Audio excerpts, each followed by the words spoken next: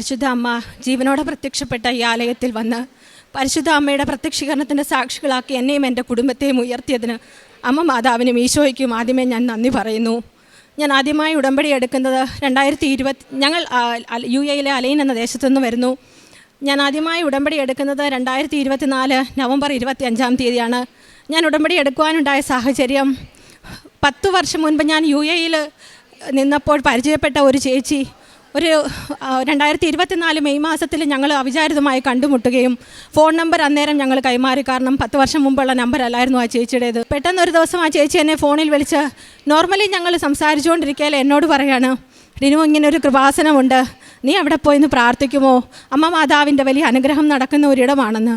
ഞാൻ 2023 മുതൽ ഈ മാതാവിൻ്റെ സാക്ഷ്യങ്ങൾ യൂട്യൂബിൽ കേൾക്കുമായിരുന്നു. പക്ഷെങ്കിൽ ഞാനൊരു ക്രിസ്ത്യാനി ആയിട്ട് പോലും എനിക്കത്ര വിശ്വാസം പോരായിരുന്നു. എല്ലായിടത്തും അടയാളങ്ങളും അത്ഭുതങ്ങളും നടക്കുന്നുണ്ടല്ലോ, പിന്നെന്താ ഒരു കൃപാസനം എന്നുള്ളൊരു ചിന്ത എന്നിലുണ്ടായിരുന്നു. അപ്പോൾ എങ്കിലും ഞാൻ വീട്ടിൽ സാക്ഷ്യങ്ങൾ വെച്ച് കേൾക്കും. പക്ഷേ എനിക്കത്ര വിശ്വാസമോ ഉടമ്പടി എന്താണെന്നൊന്നും എനിക്കറിയില്ലായിരുന്നു. അങ്ങനെ ഇരിക്കെ ഈ ചേച്ചിയുടെ ഒരു ഒറ്റ വാക്കിൽ ഞാൻ ഫോൺ കട്ട് ചെയ്തിട്ട് ഞാൻ ഹസ്ബൻഡിനോട് പറയുകയാണ്, മാതാവ് പ്രത്യക്ഷപ്പെട്ട ഒരിടമാണ് കൃപാസനം, നമുക്കൊന്ന് ഓൺലൈൻ ഉടമ്പടി എടുത്താലോ? ആ നിമിഷം തന്നെ ഹസ്ബൻഡ് സമ്മതിക്കുകയും ഞങ്ങൾ യൂട്യൂബ് വെച്ച് ഞങ്ങൾ കൃപാസനം സാക്ഷ്യങ്ങൾ കാണാൻ തുടങ്ങി.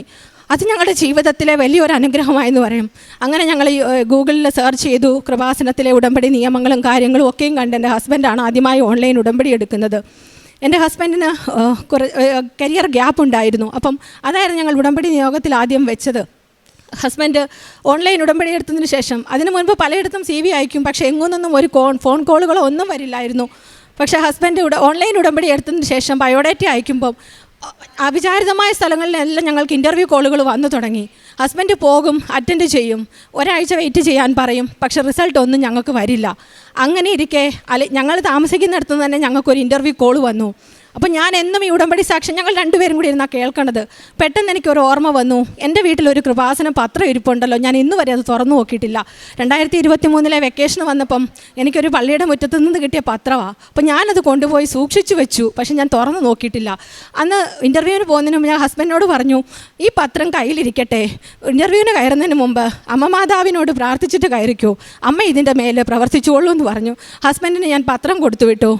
ആ ഇൻ്റർവ്യൂ അവർ കൂടുതലായിട്ടൊന്നും ചോദിച്ചില്ല. ഹസ്ബൻഡിനോട് ഒരു ഫാമിലി റിലേറ്റഡ് കാര്യങ്ങളൊക്കെ സംസാരിച്ചിട്ട് ഹസ്ബൻഡിനെ വിട്ടു. അപ്പം ഒരു പോസിറ്റീവ് ഹസ്ബൻഡിന് അതിൽ നിന്ന് മനസ്സിലായി ഈ ജോലി കിട്ടുമെന്നുള്ളത്. അങ്ങനെ ഒരാഴ്ച കഴിഞ്ഞു, മെയിലൊന്നും വന്നില്ല. അപ്പോൾ ഹസ്ബൻഡ് അങ്ങോട്ടേക്ക് ഫോൺ വിളിച്ചപ്പോൾ അവിടുത്തെ റിസപ്ഷനിസ്റ്റ് പറഞ്ഞു, നിങ്ങൾ ഷോർട്ട് ലിസ്റ്റ് ആണല്ലോ, നിങ്ങൾക്ക് എന്താ മെയിൽ വരാത്തതെന്ന്. ഞങ്ങൾ വെയിറ്റ് ചെയ്തു, അങ്ങനെ ഇരിക്കും ഒരു റിസൾട്ടും വരുന്നില്ല. അപ്പോൾ ഹസ്ബൻഡ് എന്നോട് പറയാൻ തുടങ്ങി, ഞാനൊന്ന് കൃപാസനത്തിൽ പോയി ഉടമ്പടി എടുത്തോട്ടെ. ഞാൻ ആദ്യമൊക്കെ വിലക്കി, കാരണം നമുക്ക് ഒന്നിച്ച് പോകാമല്ലോ അടുത്ത വർഷം വെക്കേഷൻ, ഇപ്പോൾ പോകണ്ട എന്ന് ഞാൻ പറഞ്ഞു. പക്ഷേ ഹസ്ബൻഡ് എന്നെ നിരന്തരം ഇങ്ങനെ പ്രേരിപ്പിച്ചുകൊണ്ടിരുന്നു, എനിക്കൊന്ന് പോകണം, അവിടെ പോയി ഉടമ്പടി എടുക്കണമെന്ന്. അങ്ങനെ 2024 സെപ്റ്റംബർ 23-ാം തീയതി എൻ്റെ ഹസ്ബൻഡ് ആദ്യമായി ഇവിടെ വന്ന ഉടമ്പടി എടുത്തു. അത് ഞങ്ങളുടെ ജീവിതത്തിൽ ഞാൻ പറയും ഭൗതികമായിട്ടല്ല, ആത്മീകമായി ഞങ്ങളെ ഏറെ ഉയർത്തിയെന്ന്. പരിശുദ്ധ അമ്മയുടെ മകനോട് ചോദിച്ച് ഞങ്ങൾക്ക് ഓരോ കാര്യങ്ങളും അമ്മ വഴി ഞങ്ങൾക്ക് നേടിത്തരികയായിരുന്നു. എൻ്റെ ഹസ്ബൻഡ് ഇവിടെ വന്ന് ഉടമ്പടി എടുത്ത് തിരിച്ചു വന്നപ്പോൾ മുതൽ വീണ്ടും ഇൻ്റർവ്യൂ കോളുകൾ വരാൻ തുടങ്ങി. പക്ഷേ അന്നേരം ഞങ്ങൾ ആദ്യം അറ്റൻഡ് ചെയ്ത ഈ ഇൻ്റർവ്യൂവിൽ നിന്ന് ഹസ്ബൻഡിന് മെയിൽ വരികയും ഹസ്ബൻഡിനോട് ജോയിൻ ചെയ്യാൻ പറഞ്ഞവർ.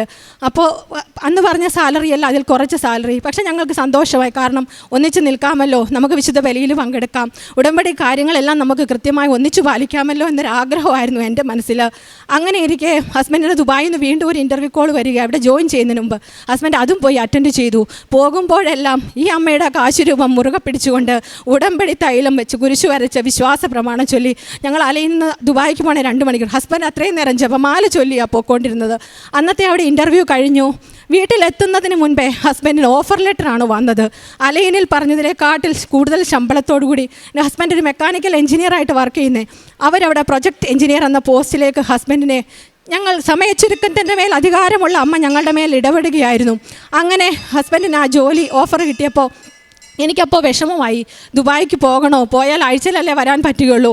അലയിലാകുമ്പോൾ നമുക്ക് ഒന്നിച്ച് നിന്നാൽ നമ്മുടെ എല്ലാ ആത്മീകപരമായി, ഭൗതികപരമായ കാര്യങ്ങളല്ല, ആത്മീകപരമായി ഈശോയോട് കൂടുതലെടുക്കാം.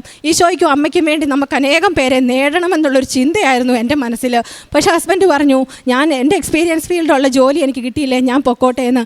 അങ്ങനെ ദുബായിൽ പോയി ജോയിൻ ചെയ്യാനുള്ള എല്ലാ കാര്യങ്ങളും ചെയ്തു. പിറ്റേ ദിവസം ജോയിനിങ്ങാണ്. ഞാൻ വീട്ടിലുണ്ട്, എനിക്ക് ഓഫാണ്. പക്ഷേ വൈകുന്നേരം ആയപ്പോൾ എൻ്റെ മനസ്സ് പറയുന്നു, ഹസ്ബൻഡിനെ വിടണ്ട, അവിടെ ജോയിൻ ചെയ്യണ്ട എന്ന്. ഞാൻ ഹസ്ബൻഡ് വീട്ടിലെത്തുന്നതിന് മുമ്പേ വിളിച്ച് പറഞ്ഞു, നാളെ ജോയിൻ ചെയ്യാൻ പോകണ്ടെന്ന്. അപ്പോൾ എന്നോട് പറഞ്ഞു, എല്ലാ പേപ്പറും സബ്മിറ്റ് ചെയ്തു, നാളെ എനിക്ക് ജോയിനിങ് ആണല്ലോ എന്ന്. ഞാൻ സമ്മതിച്ചില്ല, ജോയിൻ ചെയ്യണ്ട, അമ്മ മാതാവ് നമ്മുടെ മേൽ ഇടപെടും, അലയിലെ ജോലിക്ക് തന്നെ കയറാൻ പറഞ്ഞു. അങ്ങനെ ഹസ്ബൻഡ് അലയിലെ ജോലിക്ക് ജോയിൻ ചെയ്യാമെന്ന് പറഞ്ഞ് ജോയിൻ ചെയ്തു. ഫസ്റ്റ് ഡേ ആണ് ഹസ്ബൻഡ് അറിയുന്നത്. ഹസ്ബൻഡിനോട് പറഞ്ഞ കാര്യങ്ങളൊന്നുമല്ല, ഒരു ഡിസൈൻ എഞ്ചിനീയറായിട്ടാണ് ഹസ്ബൻഡിനെ അവിടെ എടുത്തിരിക്കുന്നത്. അപ്പോൾ ഹസ്ബൻഡിന് അതിൻ്റെ ഒരു കാര്യങ്ങളും അറിയത്തില്ല.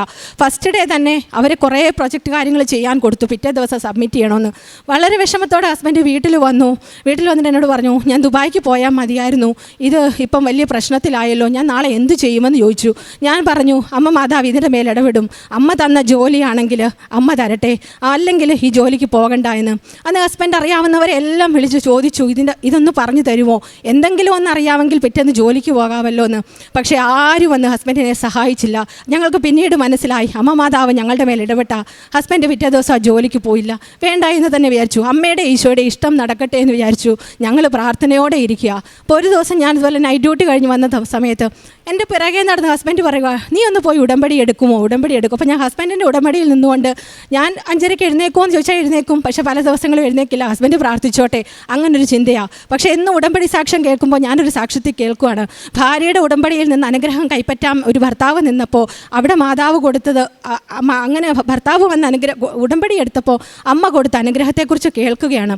ഞാൻ പെട്ടെന്ന് ഹസ്ബൻഡ് ഇത്രയും പറഞ്ഞപ്പോൾ ഞാൻ എന്തിനാ എന്നെ ശല്യം ചെയ്യുന്നത്, നമുക്കിനി അടുത്ത വർഷം പോയത്, ഇപ്പോൾ പോയിട്ട് വന്നേ അല്ലല്ലോ, ഞാൻ അടുത്ത വർഷം ഉടമ്പടി എടുത്തുകൊള്ളാമെന്ന് ഞാൻ പറഞ്ഞു. പെട്ടെന്ന് ഞാൻ മുറ്റത്തേക്ക് തുണി വിരിക്കാൻ ഇറങ്ങിയതാ. ഒരിക്കലും അനുഭവിക്കാത്തൊരു സുഗന്ധാഭിഷേകം ഞാൻ അനുഭവിച്ചു അവിടെ. അപ്പോൾ ഹസ്ബൻഡിൻ്റെ വീട്ടിൽ ചേച്ചിയുണ്ട്. ഞാൻ രണ്ടുപേരെയും വിളിച്ചിട്ട് പറഞ്ഞു, നിങ്ങളിങ്ങോട്ട് വന്നേ, ഇത്രയും നാൾ നമുക്ക് അനുഭവിക്കാത്ത ഒരു സുഗന്ധം. പെട്ടെന്ന് എന്നോട് ആരോ പറയുക, നീ പോകണം, നീ കൃപാസനത്തിൽ പോയി നീ ഉടമ്പടി എടുക്കണം, നീ തടസ്സമായി നിൽക്കരുത്, നിൻ്റെ ജീവിതത്തിൻ്റെ തടസ്സമാണ് നിൻ്റെ കുടുംബത്തിൻ്റെ തടസ്സമെന്ന്. അങ്ങനെ ഞാൻ പെട്ടെന്ന് തീരുമാനിച്ചു. നവംബർ മാസം 25-ാം തീയതി വേറെ 4 ദിവസത്തെ അവധിയെടുത്ത് ഞാനും കുഞ്ഞുമായിട്ട് നവംബർ 25 ഞാനിവിടെ വന്ന് ഉടമ്പടി എടുത്തു. ഞാനിവിടെ ഉടമ്പടി എടുക്കുന്ന ദിവസം തന്നെ എൻ്റെ ഹസ്ബൻഡിന് അബുദാബിയിൽ നിന്ന് വീണ്ടും ഒരു കോള് വരിക, ഒരു ഇൻ്റർവ്യൂ കോള്. ആ ദിവസം ഹസ്ബൻഡ് അറ്റൻഡ് ചെയ്തു. വൈകുന്നേരം ഹസ്ബൻഡിന് ഒരു ഓഫർ ലെറ്റർ കയ്യിൽ കിട്ടി, പരിശുദ്ധ അമ്മ മാതാവ് കൊടുത്തതാണ്. എന്നിട്ട് നവംബർ 26 വീണ്ടും അബുദാബിയിൽ നിന്ന് ഉച്ച കഴിഞ്ഞ് ഒരു ഫോൺ കോൾ കൂടെ, ഒരു ഇൻ്റർവ്യൂ ഉണ്ട്, നാളെ വന്ന് അറ്റൻഡ് ചെയ്യുമോ എന്ന്. അപ്പോൾ എൻ്റെ ഹസ്ബൻഡ് ഓർത്തു, എത്ര പ്രാവശ്യമായി ഇത് അറ്റൻഡ് ചെയ്തിട്ട് എവിടെയും ഒന്നും ഉറക്കുന്നില്ലല്ലോ എന്നൊരു ചിന്ത ഹസ്ബൻഡിന് വന്നു.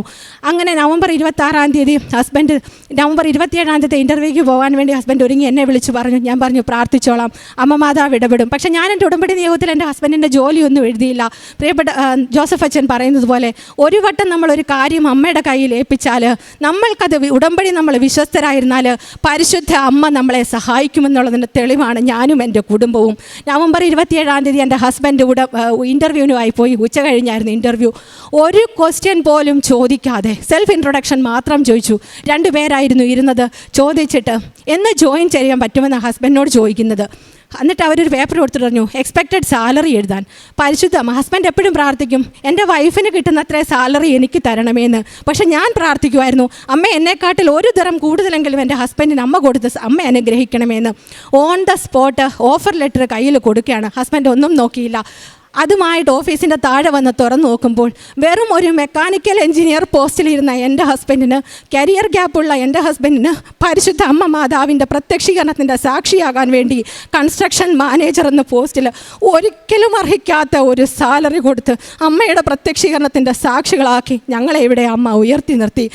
അത് അമ്മ ജീവിതത്തിൽ, അച്ഛൻ പറയുന്ന പോലെ ജീവിതത്തിൽ ഒരു ദുരന്തം ഉണ്ടാകുന്നതിന് പോകുന്നതിന് മുമ്പ് അമ്മ നമ്മളെ ഇവിടെ എത്തിക്കുമെന്ന്.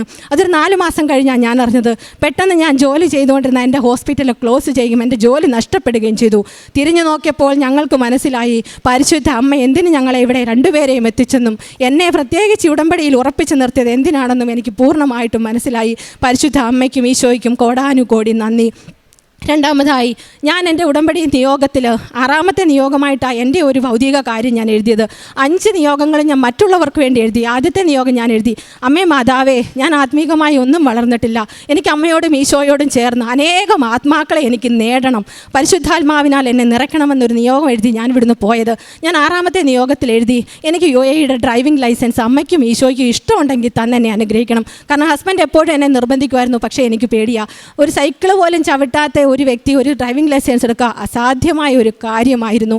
എനിക്കറിയാം എന്നാൽ അത് സാധ്യമല്ല. Not by merit but by grace. അങ്ങനെ ഞാൻ UAE ഡ്രൈവിംഗ് ലൈസൻസ് ഞാൻ എൻ്റെ ഉടമ്പടി നിയോഗത്തിൽ എഴുതി. ഡിസംബർ മാസത്തിൽ ഞാൻ ഫയൽ ഓപ്പൺ ചെയ്യാൻ പോകുന്നതിന് മുമ്പ് ഞാൻ അമ്മയോടും ഈശോയോടും ഒറ്റ കാര്യം പറഞ്ഞു. രാവിലെ പ്രത്യക്ഷീകരണ പ്രാർത്ഥന കഴിഞ്ഞ്, അമ്മയ്ക്കും ഈശോയ്ക്കും ഇഷ്ടമുണ്ടെങ്കിൽ എനിക്ക് ഈ ലൈസൻസ് തന്നാൽ ജീവിതത്തിലെ ഭൗതികമായ ഒരു കാര്യങ്ങൾക്കും വേണ്ടിയില്ല, വിശുദ്ധ ബലി മുടങ്ങാതെ എനിക്ക് പങ്കെടുക്കണം ആ ദേശത്ത്. പിന്നെ അമ്മയ്ക്കും ഈശോയ്ക്കും വേണ്ടി എന്നാലാവുന്നത് എന്തു വേണമെങ്കിലും ഞാൻ ചെയ്തു കൊള്ളാം അമ്മ എന്നൊരു വാക്ക് അമ്മയ്ക്കും ഈശോയ്ക്കും കൊടുത്തിട്ടാണ് ഞാൻ എൻ്റെ ഫയൽ ഓപ്പൺ ചെയ്യാൻ പോയത്. പരിശുദ്ധ അമ്മയുടെ സാന്നിധ്യം അമ്മ എന്നെ അവിടെയും അറിയിച്ചു. ഞാൻ ഫയൽ ഓപ്പൺ ചെയ്തു. നെക്സ്റ്റ് സൺഡേ എനിക്ക് എക്സാമാണ്, ലേണേഴ്സ് ടെസ്റ്റ്. എനിക്കൊന്നും അറിയത്തില്ല, ഞാൻ പഠിച്ചിട്ടൊന്നും എനിക്ക് തലയിൽ കയറുന്നില്ല.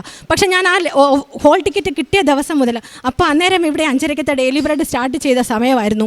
ഞാൻ എന്നും ഈ ഹോൾ ടിക്കറ്റ് വെച്ച് 5:30 പ്രാർത്ഥനയ്ക്ക് അവിടെ 4 മണിയാകുമ്പോൾ ഞാൻ എഴുന്നേക്കും, ഞാൻ ഈ പ്രാർത്ഥനയ്ക്ക് കൂടുമായിരുന്നു. ഞാൻ എന്നിട്ടൊരു ക്യാൻഡിൽ റിക്വസ്റ്റ് പ്രെയർ ഇട്ടു, പരിശുദ്ധ അമ്മേ ഇന്ന ദിവസം, അപ്പോൾ എൻ്റെ എക്സാം 2:45. ഞാൻ അങ്ങനെ ടൈം എഴുതിയിട്ട് പറഞ്ഞു, അമ്മേ 40 മാർക്ക് വേണമല്ലോ പാസ്സാവാൻ, എനിക്കിതിനകത്ത് ജയിക്കാൻ കഴിയില്ല അമ്മ, എനിക്കൊരു 37 മാർക്ക് മതി ജയിക്കാൻ. 40 മാർക്ക് തന്ന അമ്മ എന്നെ ജയിപ്പിക്കണമോ എന്ന് ചോദിച്ചിട്ടാണ് ഞാൻ എക്സാമിന് പോകുന്നത്. അപ്പോൾ ഒരാഴ്ച ഞാൻ ഈ പേപ്പർ കൈ വെച്ചു, ഞാൻ പ്രാർത്ഥിച്ചു. അപ്പം ആ സൺഡേ ഞങ്ങളുടെ പ്രേക്ഷിത പ്രവർത്തനം ചെയ്തിട്ടാണ് ഞാൻ ഇത്തിരി ലേറ്റായി എങ്കിലും ഞങ്ങൾ കറക്റ്റ് 2:35 ആയപ്പം ഞാൻ എക്സാം ഹോളിലെത്തി. അവിടെ ചെന്നപ്പോൾ ആരുമില്ല, സെക്യൂരിറ്റി മാത്രമേ ഉള്ളൂ. അപ്പോൾ അയാൾ ചോദിച്ചു എന്നോട് എന്തിനാണ് വന്നത്. ഞാൻ പറഞ്ഞു എൻ്റെ എക്സാമാണ്. എൻ്റെ ഹോൾ ടിക്കറ്റ് മേടിച്ച് നോക്കിയിട്ട് പറയാം, മാഡം നിങ്ങളുടെ ടൈം കഴിഞ്ഞു പോയല്ലോ, 2:20 നിങ്ങളുടെ എക്സാം, നിങ്ങൾ എന്തിനാണ് ഇപ്പോൾ വന്നതെന്ന്. ഞാൻ പറഞ്ഞു 2:20. പെട്ടെന്ന് ഞാൻ പേപ്പർ നോക്കിയപ്പം അന്നേരമാണ് എൻ്റെ കണ്ണിൽ ആ സമയം കാണിക്കുന്നത്. അതുവരെ ഞാൻ ഒരാഴ്ച പ്രാർത്ഥിച്ച സമയം 2:45. ഇതെങ്ങനെ സംഭവിച്ചു? അപ്പോൾ ഹസ്ബൻഡ് ചോദിച്ചു, നീ ഇത്രയും ദിവസം ഇത് കണ്ടില്ലേ? ഞാൻ കണ്ടില്ല. അപ്പോൾ അടുത്ത സ്റ്റെപ്പ് എന്താണ്? താഴെ പോയി വീണ്ടും പേയ്മെൻറ്റ് ചെയ്യണം, ഡേറ്റ് നെക്സ്റ്റ് എടുക്കണം. അപ്പോൾ എൻ്റെ കയ്യിൽ ആകെ ഉള്ളത് ഈ ജപമാലയിൽ കോർത്ത ഈ കാശുരൂപവും എൻ്റെ കയ്യിൽ ഉടമ്പടി ഉപ്പും ഇരിപ്പുണ്ട്. ഞാൻ ഒറ്റ സെക്കൻഡ് ഒരു ഫീമെയിൽ സെക്യൂരിറ്റി ഒരു റൂമിൽ നിന്ന് ഓടി വരികയാണ്. അപ്പോൾ കാര്യം എന്താണെന്ന് ചോദിച്ചപ്പോൾ ഈ സെക്യൂരിറ്റി കാര്യങ്ങൾ പറഞ്ഞു. ഇവരെൻ്റെ കയ്യിൽ നിന്ന് ഈ പേപ്പർ തട്ടിപ്പറിച്ചിട്ട് എക്സാം ഹോളിലേക്ക് ഓടുകയാണ്. അവരങ്ങോട്ട് കയറുന്നത് മാത്രമേ ഞാൻ കണ്ടുള്ളൂ. തിരിച്ചെന്നെ വിളിക്കുക, നീ വാ എക്സാം എഴുതാനെന്ന്. ഞാൻ പോയി ഉടമ്പടി ഉപ്പിട്ട് വിശ്വാസ പ്രമാണം ചൊല്ലി ഞാൻ എൻ്റെ സിസ്റ്റം ഓപ്പൺ ചെയ്തു. വായിച്ചിട്ടൊന്നും മനസ്സിലാവുന്നില്ല എങ്കിലും ഞാൻ അമ്മയെ മുറുകെ പിടിച്ചു. അമ്മയ്ക്ക് ആഗ്രഹം ഉണ്ടെങ്കിൽ തന്നാൽ മതി എന്നുള്ളൊരു ചിന്തയാണ് എൻ്റെ മനസ്സിലുള്ളത്. അങ്ങനെ ഞാൻ അറ്റൻഡ് ചെയ്തു. കൂടെ ഉള്ളവരെല്ലാം എക്സാം എഴുതിപ്പോയി. ഒരു അറബിക് ലേഡി ആയിരുന്നു ഇൻസ്ട്രക്ടർ. 3-4 വട്ടം. അപ്പോൾ ഞാൻ ഈ ക്വസ്റ്റ്യൻസ് റിവൈസ് ചെയ്തുകൊണ്ടിരിക്കുകയല്ലേ, ഇവരെന്നെ ചുറ്റിപ്പറ്റി 3-4 വട്ടം എൻ്റെ സിസ്റ്റത്തിൻ്റെ അടുത്ത് വന്നിട്ട് പോകുന്നുണ്ട്. ലാസ്റ്റ് പിന്നെയും ഇവർ വന്നൊരു 4-ാമത്തെ പ്രാവശ്യം ഇവർ വന്നിട്ട് എൻ്റെ ക്വസ്റ്റ്യനെ നോക്കിന്നിട്ട് എനിക്കൊരു ക്ലൂ പോലെ പറഞ്ഞു തരുവാ, നീ ചെയ്തത് തെറ്റാണെന്നുള്ള രീതി എനിക്ക് പറഞ്ഞു തരുവാ. പക്ഷേ എനിക്ക് ആദ്യം മനസ്സിലായില്ല, കാരണം ഞാനത് ഓൾറെഡി തിരുത്തിയിട്ടിരിക്കുന്നൊരു വ്യക്തി വീണ്ടും അത് തെറ്റാന്ന് പറയുമ്പോൾ എനിക്കത് വായിച്ചിട്ടും മനസ്സിലാവും. അപ്പോൾ അവർ അറബി ഇതിൽ എനിക്കത് തെറ്റാണെന്ന് വീണ്ടും എന്നോട് പറയുക. അപ്പം ഞാൻ മനസ്സിലായി ഇത് അമ്മ മാതാവ് എനിക്ക് പറഞ്ഞു തരുന്നതെന്ന്. അങ്ങനെ ഞാൻ ആ ഉത്തരം തിരുത്തി ഞാനത് കംപ്ലീറ്റ് ചെയ്തു. വിശ്വാസ പ്രമാണം ചൊല്ലുന്നു. സിസ്റ്റം തന്നെ ഷട്ട് ഡൗൺ ആയി. നമുക്ക് അപ്പം തന്നെ റിസൾട്ട് അറിയാം. പരിശുദ്ധ അമ്മ എന്നെ അവിടെയും അമ്മയുടെ പ്രത്യക്ഷീകരണത്തിൻ്റെ സാക്ഷിയാക്കി. എൻ്റെ സിസ്റ്റം ഓപ്പണായി വന്നപ്പോൾ ഞാൻ 40 മാർക്ക് അമ്മയോട് ചോദിച്ചത്, 41 മാർക്ക് തന്ന് അമ്മയുടെ പ്രത്യക്ഷീകരണത്തിൻ്റെ സാക്ഷിയാക്കി.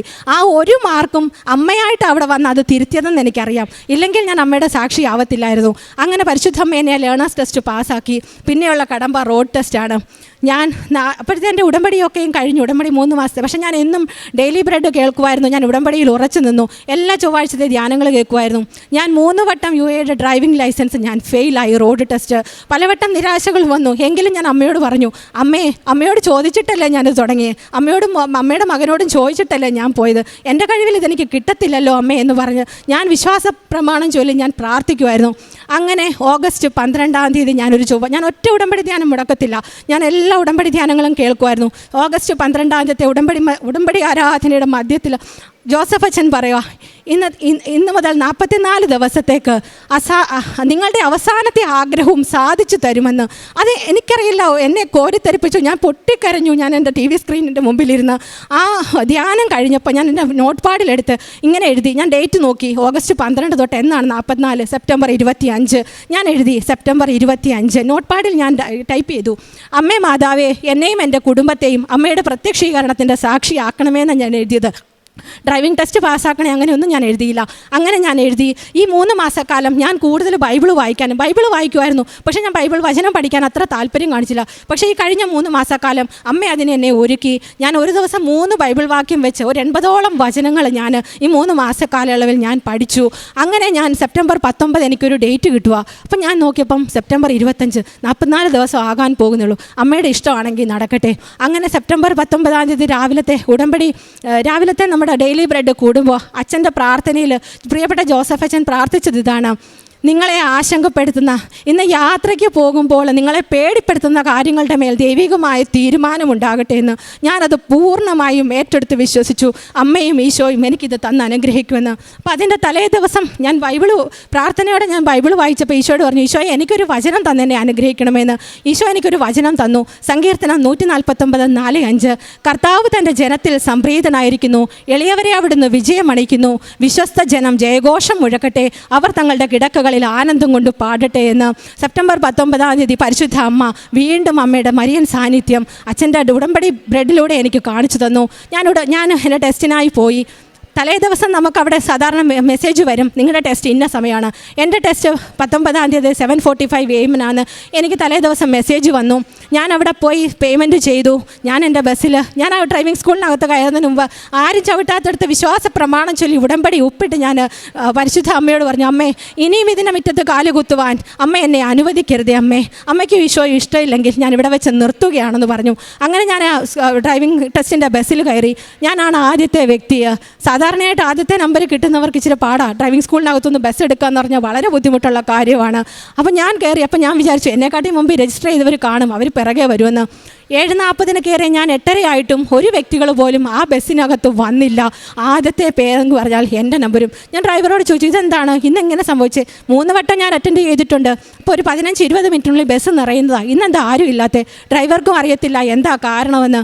അങ്ങനെ 8:30 ഒരു പോലീസ് ഓഫീസർ വന്നിട്ട് എന്നോട് പറയാണ്, മാഡം നിങ്ങൾ പോയി റെസ്റ്റ് റൂമിൽ ഇരുന്നോ, നിങ്ങളുടെ ടെസ്റ്റ് 9:30 അപ്പം ഞാൻ പറഞ്ഞു, അല്ലല്ലോ എനിക്ക് മെസ്സേജ് വന്നിട്ടുണ്ട് 7:40 എന്ന് പറഞ്ഞുകൊണ്ട്. അല്ല, നിങ്ങളുടെ ടെസ്റ്റ് 9:30 അമ്മ അവിടെയും എന്നെ അമ്മയുടെ സാന്നിധ്യം അറിയിച്ചതാ. എന്താണെന്ന് ചോദിച്ചാൽ എനിക്ക് ഡ്രൈവിംഗ് സ്കൂളിൽ നിന്ന് കാർ ഡ്രൈവ് ചെയ്ത് പുറത്തിറങ്ങാൻ അറിയത്തില്ല. അപ്പോൾ അമ്മ എന്ത് ചെയ്തു, എന്നെ അവിടെ 1ാമത്തെ നമ്പറാക്കി. എനിക്ക് മാത്രമേ ആ മെസ്സേജ് വന്നിട്ടുള്ളൂ.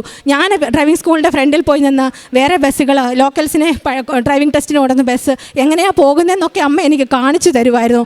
അങ്ങനെ 9:30 ഞാൻ തിരിച്ചു വന്ന് ഞാൻ ബസ്സിൽ കയറിയപ്പോൾ ഞാൻ വചനം മാത്രം ഉരുവിട്ടുകൊണ്ടിരുന്നു. മനുഷ്യർക്ക് ഇത് അസാധ്യം, എൻ്റെ ദൈവത്തിന് സാധ്യം. ഞാൻ മനുഷ്യരെ അങ്ങ് മാറ്റി അവിടുന്ന്. ഡിനോവിന് ഇത് അസാധ്യമാണ്, എന്നാൽ എൻ്റെ ദൈവത്തിന് സകലവും സാധ്യമാണെന്നുള്ള വചനം ഞാൻ ഉരുവിട്ടുകൊണ്ട് ഞാൻ എൻ്റെ അവിടുത്തെ നമ്മുടെ ആധാർ കാർഡ് പോലെ അവിടുത്തെ റൈറ്റ് സൈഡിൽ ഈ വിശുദ്ധ തൈലം കുരിശ് വരച്ചിട്ട് ഞാൻ അതിന്മേൽ ഉപ്പിട്ടിട്ട് പറഞ്ഞു, അമ്മേ മാതാവേ, ഞാൻ എല്ലാ പ്രാവശ്യവും ഡ്രൈവ് ചെയ്യുമ്പോൾ ആ പോലീസ് ഓഫീസർ എൻ്റെ സ്റ്റിയറിങ്ങിൽ പിടിക്കും, ഞാൻ ഫെയിലാകും. ഇത് ലാസ്റ്റാണ് അമ്മേ. ഇനി എൻ്റെ ഡ്രൈവിംഗ് ലൈസൻസ് സ്റ്റിയറിങ്ങിൽ ഇവർ പിടിക്കാൻ അമ്മയെ അനുവദിക്കരുതെന്ന് പറഞ്ഞ് ഞാനത് പ്രാർത്ഥിച്ച് ഉപ്പിട്ട് ഞാൻ അങ്ങനെ ഡ്രൈവിംഗ് സീറ്റിൽ കയറി. പരിശുദ്ധ അമ്മ പോലീസ് ഓഫീസറിൻ്റെ രൂപത്തിൽ അവിടെ വരികയും ഞാൻ പറയും, ഞാനല്ല വണ്ടി ഓടിച്ചത്, ആ വ്യക്തി, ആ പോലീസ് ഓഫീസർ, ഒരു അറബിക് ലേഡി, അവരെന്നെ ഇങ്ങോട്ട് സഹായിക്കുകയാണ് ഞാൻ എങ്ങനെ ഡ്രൈവ് ചെയ്യണമെന്ന്. അവരെന്നെ ഒരുപാട് സഹായിച്ച് അങ്ങനെ പരിശുദ്ധ അമ്മയുടെ പ്രത്യക്ഷീകരണത്തിൻ്റെ സാക്ഷിയാക്കി പരിശുദ്ധ അമ്മ എന്നെ അവിടെയും ഉയർത്തി എനിക്ക് UAE ഡ്രൈവിംഗ് ലൈസൻസ് തന്ന് കഴിഞ്ഞ മാസം എന്നെ അനുഗ്രഹിച്ചു. അതുപോലെ 2 രോഗസൗഖ്യങ്ങൾ എനിക്ക് കിട്ടി. എനിക്ക് ഗോൾ ബ്ലാഡർ സ്റ്റോൺ ഉണ്ടായിരുന്നു. എമർജൻസി സർജറി പറഞ്ഞ ഗോൾ ബ്ലാഡർ സ്റ്റോണ് 1.5 വർഷമായി ഇതുവരെയും ഒരു വേദനയും വരാതെ പരിശുദ്ധ അമ്മയും ഈശോയും എന്നെ സംരക്ഷിച്ചു. അതുപോലെ എൻ്റെ ശരീരത്തിൽ അലർജി രോഗം വർഷങ്ങളോളം മരുന്ന് കഴിക്കണമെന്ന് പറഞ്ഞതാണ്. പരിശുദ്ധ അമ്മയുടെ ഉടമ്പടി ഉപ്പ് ഞാൻ എല്ലാം ഉടമ്പടി സാക്ഷ്യങ്ങളിൽ കൂടിയാണ് ഓരോ കാര്യങ്ങളും പഠിച്ചുകൊണ്ടിരുന്നത്. ഉടമ്പടി ഉപ്പ് ഞാൻ വിശ്വാസ പ്രമാണം ചൊല്ലി ഞാൻ വെള്ളത്തിലിട്ട് എന്നും ഞാൻ കുളിക്കുമായിരുന്നു. മരുന്ന് കൊണ്ടല്ല, എൻ്റെ മരുന്ന് നിർത്തുമ്പോൾ എൻ്റെ ഈ രോഗം വീണ്ടും വരുമായിരുന്നു. പരിശുദ്ധ അമ്മയോട് ഞാൻ ഒരു ദിവസം കരഞ്ഞു പ്രാർത്ഥിച്ചു പറഞ്ഞു, നാളെ മുതൽ അമ്മ മാതാവ് എനിക്ക് ഈ രോഗം വരുത്തരുത്, ഞാൻ മടുത്തു മരുന്ന് കഴിച്ചെന്ന്. അമ്മ അവിടെയും എന്നെ സഹായിച്ചു. അമ്മയുടെ പ്രത്യക്ഷീകരണത്തിൻ്റെ സാക്ഷിയാക്കിക്കൊണ്ട് ആ രോഗം എൻ്റെ ശരീരത്തിൽ നിന്ന് പൂർണ്ണമായും പരിശുദ്ധ അമ്മ തുടച്ചു മാറ്റി. ഇന്നുവരെയും എന്നെയും എൻ്റെ കുടുംബത്തെയും പരിശുദ്ധ അമ്മയുടെ പ്രത്യക്ഷീകരണത്തിൻ്റെ സാക്ഷികളാക്കി നിർത്തുന്നു. ഞാൻ ചെയ്യുന്ന പ്രേക്ഷിത പ്രവർത്തനം, ഞാൻ ആദ്യമായി ഇവിടെ വന്ന് ഉടമ്പടി എടുത്തുകൊണ്ടുപോയ പത്രം ഞാൻ ഈ ലൈസൻസ് ഡ്രൈവിംഗ് ക്ലാസ്സിന് പോകുമ്പോൾ ഞാൻ ബാഗിൽ വെച്ച് കൊണ്ടുപോകും. ബസ്സിൽ അമ്മയോട് ചോദിക്കും, അമ്മയ്ക്ക് ഇഷ്ടപ്പെട്ടവർക്ക്, അമ്മ അർഹിക്കുന്നവർക്ക് കൊടുക്കാൻ എന്നെ സഹായിക്കണമെന്ന്. അർഹതയുള്ള മക്കൾക്ക് കൊടുക്കും. അവരുടെ ഫോൺ നമ്പർ മേടിക്കും. ഇവിടുത്തെ ഉടമ്പടി സാക്ഷ്യങ്ങൾ, ഉടമ്പടി ധ്യാനങ്ങൾ എല്ലാം എല്ലാം ഡെയിലി ബ്രെഡ് ഞാൻ കേട്ട് കഴിഞ്ഞാൽ ഉടനെ തന്നെ ഞാൻ സ്റ്റാറ്റസ് ആക്കിയിടും. എല്ലാവർക്കും ഞാനത് ഷെയർ ചെയ്ത് കൊടുക്കും. കാരുണ്യ പ്രവർത്തികളായിട്ട് ഞങ്ങൾ ചെയ്യുന്നത് എല്ലാ മാസവും ഞങ്ങൾ തന്നെ വീട്ടിൽ ഭക്ഷണം ഉണ്ടാക്കിയിട്ട് ഞങ്ങൾ ആ ഭക്ഷണവുമായിട്ട് ഞങ്ങൾ പോകും. അമ്മ ആഗ്രഹിക്കുന്നവർക്ക് അത് എത്ര മണിക്കൂറായാലും കുഴപ്പമില്ല, അമ്മ ആഗ്രഹിക്കുന്ന മക്കൾക്ക് കൊടുക്കുവാൻ ഞങ്ങൾ അലയിലെ റോഡിലിറങ്ങി എവിടെയൊക്കെ പോകാമോ അവിടെയെല്ലാം കൊണ്ടുപോയി വിശന്നിരിക്കുന്നവർക്ക് റോഡിൽ പണിയുന്ന പാവങ്ങൾക്ക് ഞങ്ങൾ ആ ഭക്ഷണം കൊടുക്കുവാനും പരിശുദ്ധ അമ്മ സഹായിച്ചു. കൂടാതെ ജോലിയിൽ നിന്ന് കിട്ടുന്നതിൻ്റെ ഒരു വരുമാനം ആദ്യം അത് അമ്മയ്ക്ക് മാറ്റി വെച്ചിട്ടേ ഞങ്ങൾ എന്ത് കാര്യത്തിനും എടുക്കത്തുള്ളൂ. അങ്ങനെ പരിശുദ്ധ അമ്മ ഇന്നു വരെയും എന്നെയും എൻ്റെ കുടുംബത്തെയും അമ്മയുടെ പ്രത്യക്ഷീകരണത്തിൻ്റെ സാക്ഷികളാക്കി ഈ അൾത്താരയിൽ നിർത്തിയതിന് അമ്മയ്ക്കും ഈശോയ്ക്കും കോടാനുകോടി നന്ദി. ഇന്ന് എനിക്കൊരാഗ്രഹം മാത്രമേ ഉള്ളൂ, മരണം വരെ വിശ്വസ്തനായിരുന്നുകൊണ്ട് അമ്മയോട് പറഞ്ഞ വാക്കുകൾ പാലിച്ച് നിത്യതയിലേക്ക് എത്തണം. ഞങ്ങളിലൂടെ കണ്ട ആത്മാക്കളെ ഈശോയ്ക്ക് വേണ്ടി നേടണം. അതാണ് എൻ്റെയും എൻ്റെ കുടുംബത്തിൻ്റെയും ആഗ്രഹം. ഈശോയ്ക്കും അമ്മയ്ക്കും 1000 നന്ദി. സങ്കീർത്തനം 65 4 തിരുവചനം. അങ്ങയുടെ അങ്കണത്തിൽ വസിക്കാൻ അങ്ങ് തന്നെ തിരഞ്ഞെടുത്ത് കൊണ്ടുവരുന്നവൻ ഭാഗ്യവാൻ. ഞങ്ങൾ അങ്ങയുടെ ആലയത്തിലെ വിശുദ്ധ മന്ദിരത്തിലെ നന്മ കൊണ്ട് സംതൃപ്തരാകും. നന്മ കൊണ്ട് സംതൃപ്തരായ ഒരു കുടുംബമാണ് ഇന്ന് അൾത്താരയിൽ കയറി നിൽക്കുന്നത്. ഡിനു ബേബി അവരുടെ കുഞ്ഞുമകളോടുകൂടി വലിയ ഒരു പ്രത്യക്ഷീകരണ സാക്ഷ്യമാണ് ഇവിടെ ഏറ്റുപറഞ്ഞത്. അവർക്ക് പറയാനുള്ളത്, ഞങ്ങൾ വളരെ നല്ല ജീവിതം നയിക്കുന്നവരാണ്, പക്ഷേ ഉടമ്പടിയുടെ ആവശ്യമുണ്ടോ എന്ന് ചിന്തിച്ചിരിക്കുമ്പോഴാണ് അവർക്ക് പരിചയത്തിലുള്ള ഒരു ചേച്ചി വന്ന്, നിങ്ങൾ പോയി ഉടമ്പടി എടുക്കുക, പരിശുദ്ധ അമ്മയുടെ അടുത്തേക്കൊന്ന് ചെല്ലൂ എന്നുള്ള ഒരു റിക്വസ്റ്റുമായി ഇവരുടെ അടുത്ത് വന്നപ്പോൾ പരിശുദ്ധ അമ്മയെ കാണുവാനും ഉടമ്പടി എടുക്കുവാനുമായി ആദ്യം ബേബി ഇവിടെ വന്ന് ഉടമ്പടി എടുത്തു. അതിനുശേഷം തനിക്ക് ജോലിയില്ലാതിരുന്ന പല പ്രാവശ്യം ട്രൈ ചെയ്തിരുന്ന ബേബിക്ക് ലഭിച്ചത് ഒരു വലിയ ഓഫറാണ്. അതിനുവേണ്ടി മർത്തയും മറിയവും പ്രാർത്ഥിക്കുന്നത് പോലെ ഡിനുവിന് ഇവിടെ വന്ന് ഉടമ്പടി എടുക്കേണ്ടി വന്നു. ഡിനു ഇവിടെ വന്ന് ഉടമ്പടി എടുത്ത പിറ്റേ ദിവസം തന്നെ വളരെ പെട്ടെന്ന് ഉടൻ പരിഹാരം എന്നുള്ള ഒരു വലിയ ഉത്തരമാണ് അവർക്ക് ഹസ്ബൻഡിന് ലഭിച്ചത്, ബേബിക്ക് ലഭിച്ചത്. മെക്കാനിക്കൽ എഞ്ചിനീയർ മാത്രമായിരുന്ന അദ്ദേഹത്തിന് അബുദാബിയിൽ കൺസ്ട്രക്ഷൻ മാനേജർ പോസ്റ്റായിട്ടൊരു വലിയ നല്ല സാലറിയോടുകൂടി അദ്ദേഹത്തിന് പരിശുദ്ധ അമ്മ ഈശോയിൽ നിന്നൊരു വലിയ അനുഗ്രഹം നൽകിയ അദ്ദേഹത്തെ ഉയർത്തി. സമയച്ചുരുക്കത്തിൻ്റെ അമ്മ എത്ര തന്നെ ജീവിതഭാരമുള്ള കാര്യങ്ങളായാലും വളരെ സ്നേഹത്തോടെ നമ്മെ പരിചരിക്കുന്ന ഒരു വലിയ സാക്ഷ്യമാണിത്. ഡിനു കണ്ടിന്യൂസായി ദൈവപരിപാലനയുടെ ഒരു വലിയ നിരത്ത് നമ്മോട് പറഞ്ഞുകൊണ്ടിരിക്കുകയായിരുന്നു.